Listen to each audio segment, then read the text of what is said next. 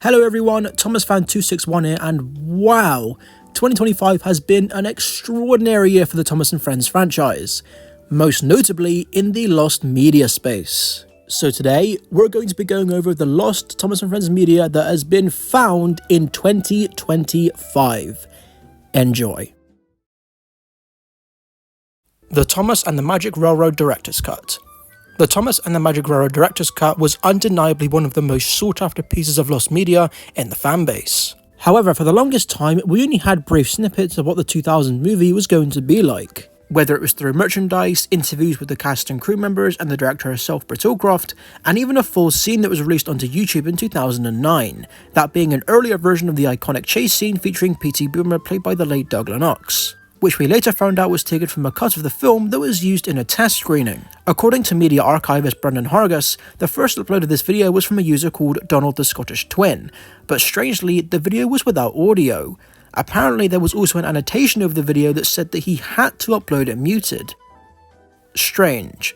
Interestingly though, sometime between October and December of the same year, the original upload of this chase scene was removed from YouTube for unknown reasons. If I was to guess, it would probably be because of the copyrighted content in the video itself. A while after that, an unknown user uploaded the chase scene with music from Dark City playing over it, with the original film audio still missing. A couple of years later, yet another unknown user uploaded a version of the chase scene where this time you could vaguely hear the original dialogue from the film, albeit it was still drowned out by the music. And finally, on July 26, 2015, YouTube user Sidekick3K542 uploaded the full chase scene with no Dark City music. Instead, the scene had the music from the 1999 film Stuart Little placed over the scene. This was obviously the temp score. Interestingly, in this scene, we got to hear what we presumed at the time to be a completely new Thomas voice. Run, lady, quickly, and I'm going to help you. It was heavily debated as to who this mystery voice could have been, because at this time, the only audio that we had heard of the original Thomas voice, that being John Bellis, were from very early trailers, in which Bellis portrayed Thomas with a much older sounding voice. Little engines can do big things. It wasn't until 10 years later until we'd get an actual answer for this, but more on that later. After that, things lay dormant for 11 years. That was until May of 2020, when a very early work print of the film was leaked online. Now, allegedly, there was a considerable amount of drama tied to this leak, with people online claiming that certain users in the fanbase had owned this early cut of the film for some time before it was leaked in 2020. I'm not too well versed in this drama, and quite frankly, I don't think it's particularly relevant, so I'm going to leave it at that. This leak gained the attention of the film's director, Britt Allcroft, with her expressing her displeasure in the matter and urging people to take down the uploads on YouTube. On a much lighter note, on September 29, 2020, Thomas and the Magic Railroad received a Blu-ray home media release for the film's 20th anniversary. This Blu-ray contained new interviews with the cast and crew, new behind-the-scenes footage, and most notably, deleted scenes from the original cut of the film, starring Doug Lennox as the titular P.T. Boomer, as well as additional scenes of the characters from the final film. And while this and the work print were huge steps towards finding the original cut of the film, those were only mere pieces. The work print in particular was naturally a very rough cut of the film, with no music, visual effects, or full voice acting. The true version of the film that Britt Allcroft intended us to see, with all of the original voice actors and cutscenes intact, still remained missing. And with Britt Allcroft's tragic passing on December 25th, 2024, the fanbase was left wondering if her true vision of the film that she set out to create would ever resurface.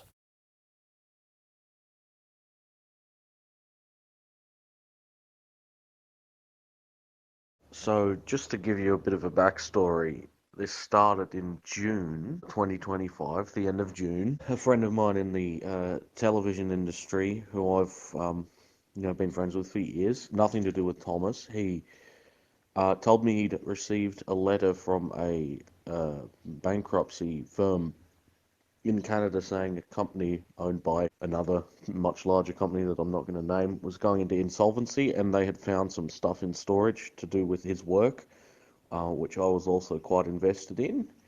I think it was naughty stuff, and he said, well, what do you think we should do? And I said, I'll go and rescue it. So I did. And as I was going through the list of assets to try and mark off what we needed, there was a whole heap of Thomas and the Magic Railroad stuff. and that's kind of where that began. So after realising exactly what I was looking at, or even a rough semblance of what I was looking at, which was a terrifying realisation, I went to Carty and said, they've got all this stuff and they're about to throw it out. So the next day, because the story goes, Carty was really, really tired and had back pain, so he didn't fully comprehend it until the next day he realised, holy shit. So I said, I'm going to rescue this naughty stuff, and I also found Mumphy and Little Bear as well. I'm going to rescue all this, so I'll just grab it all.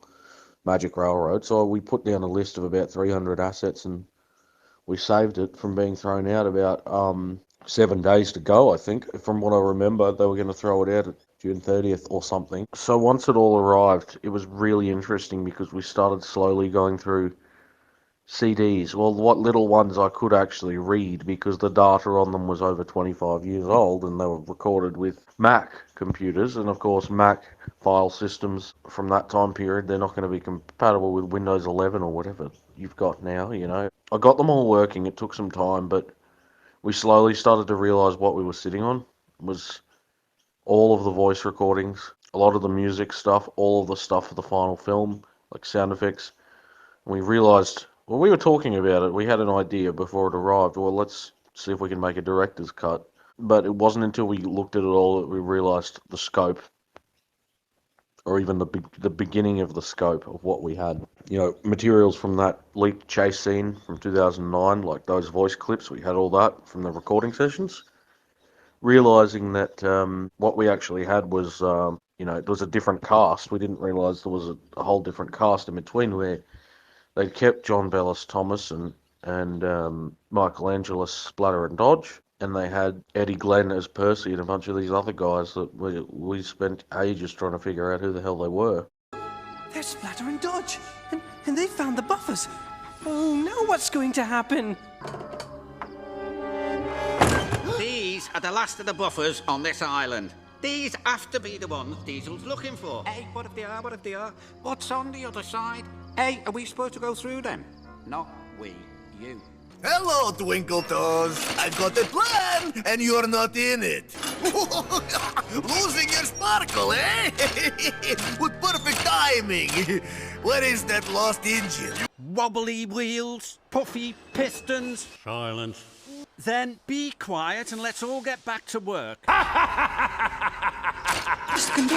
Hello, Twinkle Toes. I've got a plan, and you're not in it. Losing your sparkle, eh? What perfect timing. Where's that lost engine? Yeah, we also had a number of obsolete tape formats such as DAT and DA88, which I couldn't preview from my system at home, but I, you know, running a record label, I know all about those formats, and we've worked with them before, heaps of times. So I sent them to my usual tape guy, and within like a week and a half, he had them all done. I don't know how he did it because it was hours and hours of audio, and so that had all the raw recording sessions, like without all the bits cut out. It was useful for identifying some of the actor names, and also we've discovered we had the audio for the test screening 1 and the second test screening temp mix 2. So using those, you know, you get the idea of how they projected it and what it was. Even though it was just the audio, you've got the mix that they did with all the temp score. All right, playtime is over, Splodge. Now it's time for the next lesson. I call it How to Stop Being Stupid.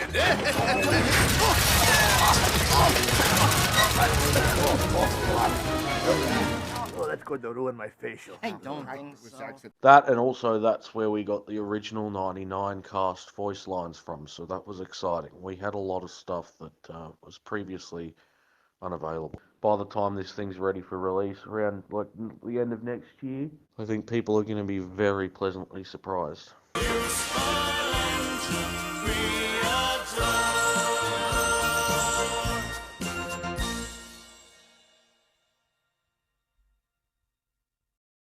Something that I feel is very much worth mentioning too are the other assets from the Protocraft auction that helped Carty and Joseph really crack down on the ins and outs of this movie and make it just how Brett intended them to be. Things like production schedules, concept art, and many other bits and pieces that were won from the Protocraft auction.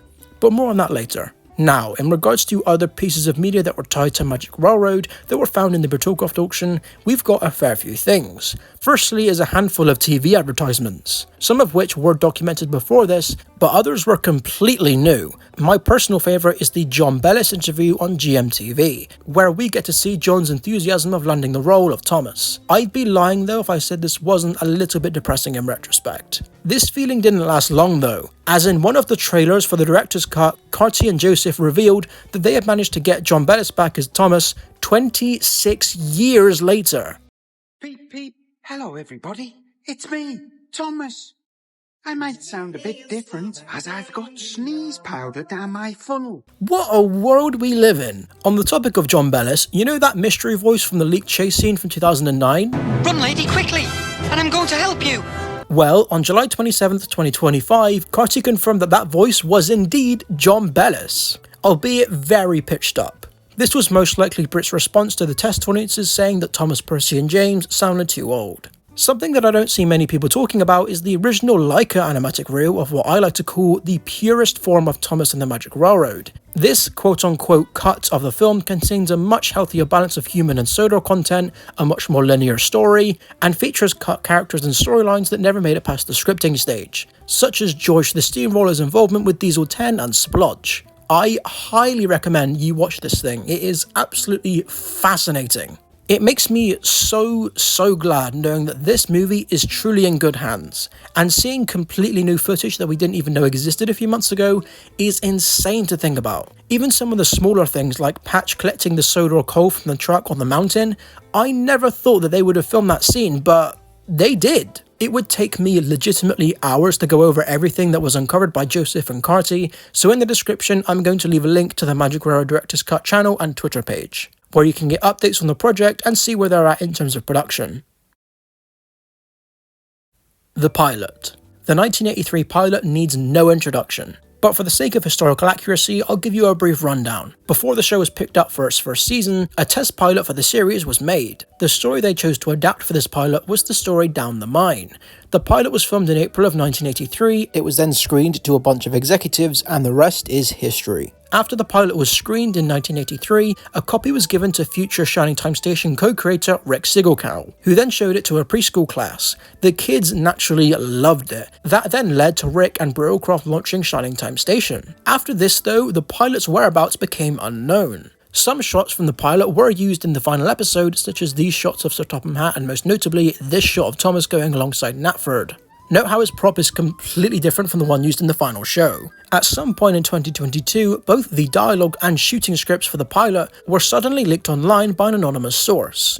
Not only this, but several other production documents for the pilot were leaked too. The shooting script revealed that the danger sign in the pilot said engines must not pass this point, and not engines must not pass this board. A pretty minute difference, but it was something nonetheless. Now, the fact that some shots from the pilot were used in the final episode got people thinking, because at some point in the early 2000s, the first 3 seasons of the show were restored and rescanned. Unfortunately though, a lot of shots from these episodes were either lost or damaged due to age, and so some shots had to be reused from the original version of the episodes for the restored versions, if that makes sense. The shots from the pilot, however, were not reused and had been rescanned, meaning that at least in some capacity, the pilot had to have survived somehow, or at least parts of it did.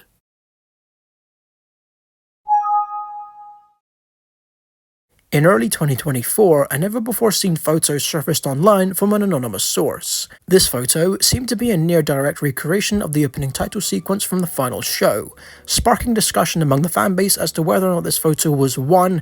Actually from the pilot, and 2. if it was even real. Bear in mind, this was 2024.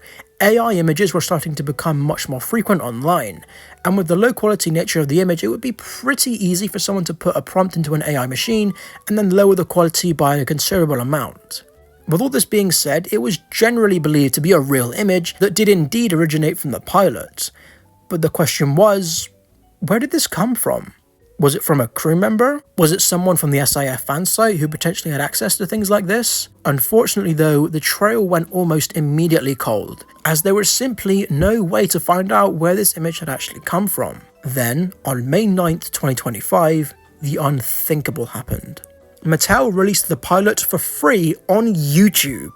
It featured newly scanned footage courtesy of Silver Salt Restoration, never before heard narration by Ringo Starr, and a new score composed by one of the original show's composers, Mike O'Donnell. It is important to note though that this is a recreation of the pilot and not necessarily the original one that was created all the way back in 1983. That copy is almost certainly lost. The footage from the pilot that wasn't salvageable was reused from the final episode from Series 1 in 1984. In some way, they kind of returned the favour to the original episode, because that actually used footage from the pilot episode. This whole ordeal was possible thanks to the amazing Ian McHugh. In the past, Ian had outwardly expressed his interest in getting the pilot released in an email to a fan a few years prior, with him even stating that he was hoping it could be released for the 80th anniversary in 2025.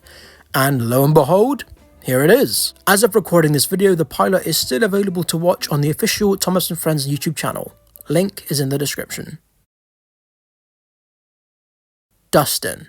On February 10th, 2015, the Thomas & Friends YouTube channel released a promotional video called Welcome to the Island of Sodor, Logan. In the video, it showcases a new character called Logan. While Logan wasn't in the main show, his character was used to promote his wooden railway set released in the same year. A week later, on February 17th, 2015, a video called Welcome to the Island of Sodor Sam was released. The video followed the exact same format as the Logan one, with its purpose being the same reason, to promote a line of wooden railway sets called the Sodor Story Collection series, which featured characters who were exclusive to these online shorts, or at least at the time they were. On August 18th, 2015, the final video in the series was released, this being titled A Friendly Farewell to Sam and Logan, where in the video, exactly that happens.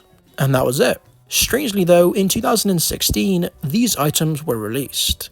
A new character we had never seen before called Dustin was revealed.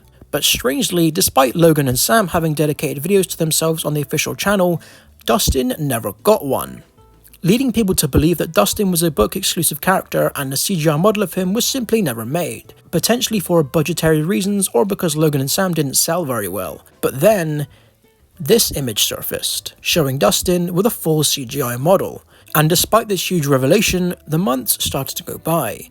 Months turned to years, and soon into an entire decade. On November 20th, 2025, a video was released on the Thomas & Friends YouTube channel called A Legend is Coming to Sodor. There were multiple theories surrounding this upload, one being that the admins on the Thomas channel had accidentally scheduled the upload for winter of 2025 instead of winter 2015. I highly doubt that personally. Some people believed that this was somehow connected to the rumored 2026 series, but I think it's pretty obvious that that's not the case. With all that being said though, fans eagerly awaited a follow-up upload. And finally, on the 27th of November and the 4th of December 2025, the final 2 videos were uploaded to the official channel, showcasing Dustin in his full glory. The Season 5 Original Drafts. Season 5 of Thomas & Friends is one of the most beloved seasons of the entire show.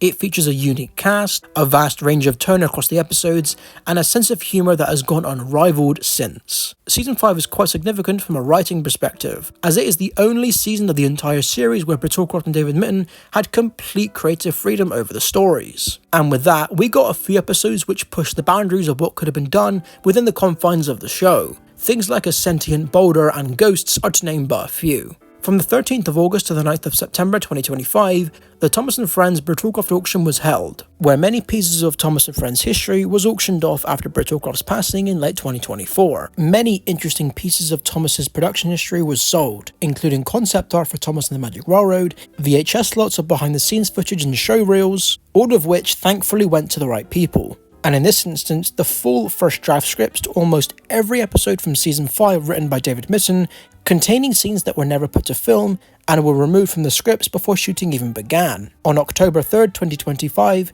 the person who won the auction, Wharf Scout Cranky, did a live stream where the scripts were read aloud. He also posted the scripts on Google Drive for everyone to see. There are numerous differences between the final drafts and the original versions of the scripts, and if I was to list every difference, we will be here for a very long time. So here's the list of things that are worth mentioning. Duke was going to be in 3 episodes this season, those being Duncan Gets Spooked, Snow and Rusty in the Boulder. Thumper was originally going to be non-sentient and would have exploded and died in Rusty in the Boulder. Many minor human characters were going to be given names. Sir Topham Hatt was going to be a lot meaner than he usually was, there was an intended plot thread throughout the whole season about a new quay being built on the docks, and lastly, there was going to be a lot of continuity callbacks with previous seasons. Those are all of the important differences, but as I'm sure you all know, there is something much bigger to talk about. Super ED is a character I'm sure a lot of you diehard Thomas fans are now aware of, thanks to Unlucky Tugs' video on the original Season 5. I will leave a link in the description to his video. It is a very good watch. To tell a long story short, a new diesel is brought to Sodor after a coal hopper gets struck by lightning and derails trucks of coal that land on top of James, putting him out of action. The diesel, whose name is ED, isn't very powerful and doesn't perform well. Then one day he gets struck by lightning and gets superpowers. Yes, this is real. ED becomes a phenomenon and therefore becomes hot-headed. James is then refused entry to the sheds because apparently this is his fault? One day, ED is waiting at a station when another lightning bolt hits Gordon, bounces off of him and then hits ED, putting him out of action. Topham then sends him to be scrapped and they all praise Gordon and let James back in the sheds, and the story ends right there. Yes, it's definitely a product of Mitten having fun. Thankfully, this story was immediately shut down by Brit, and the story never saw light. To think that there is a chance that we could have never heard about this, ever, is wild to think about. Links to the livestream and the scripts themselves are in the description. Hello everyone, my name is SpecialTrees. I like to research the behind the scenes of Thomasandtugs, get mad at Series 11 reshoots, big Bubsy fan, and this thing that's 100% not self-promoting, December 23rd. Now with that out of the way, let's get on with the show. So back in 2008, Soda Island fans had released an interview with David Mint, done over the course of 18 months. In it, he was asked about a rumor that they had filmed an adaptation of the story The Missing Coach, based on this promotional image, which was first seen in 1988 via the 1989 annual. David Mint confirmed the existence of the episode, leading to many years of speculation as to which episode replaced it. Over the years, many episodes were considered to be candidates for the replacement. Thomas Percy and the Coal, Thomas and Trevor, Percy Takes the Plunge, and Better Late Than Never. It would be discovered in the following years that more episodes had been planned. Gordon Goes Forward in 2011, via a page from David Mint's personal copies of the Railway series. Then, in 2020, Doubleheader and Percy's Promise via leaked early script drafts, alongside scripts for Foreign and Missing Coach. The latter underneath its actual title, Hello Twins. Then, in 2024, the strangest but surprisingly strongest candidate would come along. Twitter user Shrika Scarlet would present the theory of Daisy and Percy's predicament having replaced not one, but two different episodes. Missing Coach and Percy's Promise, with many convincing arguments for why it could be the case. Which takes us to 2025, when more details were discovered via the Brit Allcraft auction, across August and September 2025. Thanks to the auction as well, we ended up getting some more pictures of the later script drafts, showing that Gordon Goes Forward and Doubleheader were dropped earlier on, but that Percy's Promise and Hello Twins did make it to the episode lineup as initially filmed, as episodes 10 and 17. Not only that, but also revealing that Daisy and Percy's Predicament were in fact the replacements. It was also discovered that there was a fifth episode that had been considered, but later dropped. In one of the script lots was a transcript for a slightly alternate version of Drip Tank from the Railway series, with handwritten revisions seemingly by Christopher Audrey himself, as these revisions are in the final book. The funniest change here being Thomas' original comeback to Percy. "You're the Drip," answered Thomas crossly. "Now go to sleep like a sensible engine and stop talking nonsense." "Drip yourself," answered Thomas crossly. "Go to sleep like a sensible engine and stop talking nonsense." It appears that this was considered to be the 16th episode, to come after the Duck and the Diesel Engine trilogy. Ultimately, Better Late Than Never was chosen over it, due to, quote-unquote, too much Percy. This comment was likely made back when Percy's Promise was part of the lineup. To further support this, Better Late Than Never having footage shot on Tip Station. Speaking of, thanks to Sidekick Jason's emails with the auction, we got more in-depth pictures of Drip Tank's transcript, as well as more finalized scripts of Percy's Promise and Hello Twins, likely the versions that were taken to be filmed, as the latter better lines up with the promotional stills. Another part of the auction would be various documents Brett had kept from Wilbert, one of which being his original feedback onto the script after Series 2, before filming started. These wouldn't properly resurface until November 2025, when Jonathan Belcher, the winner of the lot, uploaded a video showing off all the documents, and later scanning and sharing them. The following is all the noteworthy stuff within these notes. In Old Iron, the notes make mention of plans to adapt the scene where James's driver tries to chase after James himself, before running to the signal box. An interesting revision for Break Van, where Wilbur suggested adding the line, "The guard managed to jump clear before the van collapsed." In Tom's Comes to Breakfast, it was fun to point out the lack of buffers like in the book. In The Diseasel, Bill and Ben explained the truck sphinx to Edward like in the original book. And lastly, in Ghost Train, Wilbur Audrey goes into detail about why Terrence replacing the horse is a bad idea, which, going off how the comic opens, and its promotional still, Dad's protests were ultimately ignored. Although, I'd imagine the scene being removed was down to time constraints, like most deleted scenes in the series. Thanks for having me on, Sean. I'll let you take over the video again. Season 8 original intro recreation.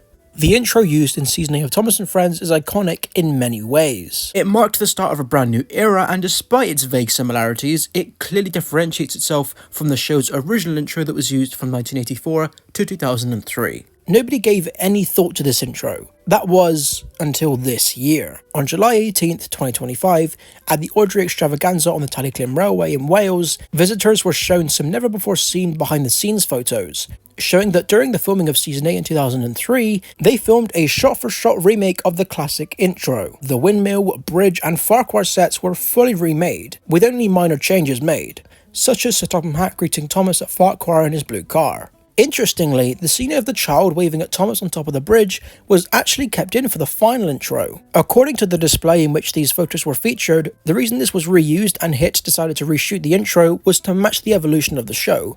And you know what? I think that's fair. It's unknown if the original Thomas theme tune that we all know and love was going to be retained in the original intro, but when you consider that Hit Entertainment didn't invite Mike and Jr. back to compose the music for Season 8, I think it's safe to assume that they would have stuck with the roll call instrumental. The Icelandic Dub. The Icelandic dub of Thomas is definitely one of the most obscure findings on this list.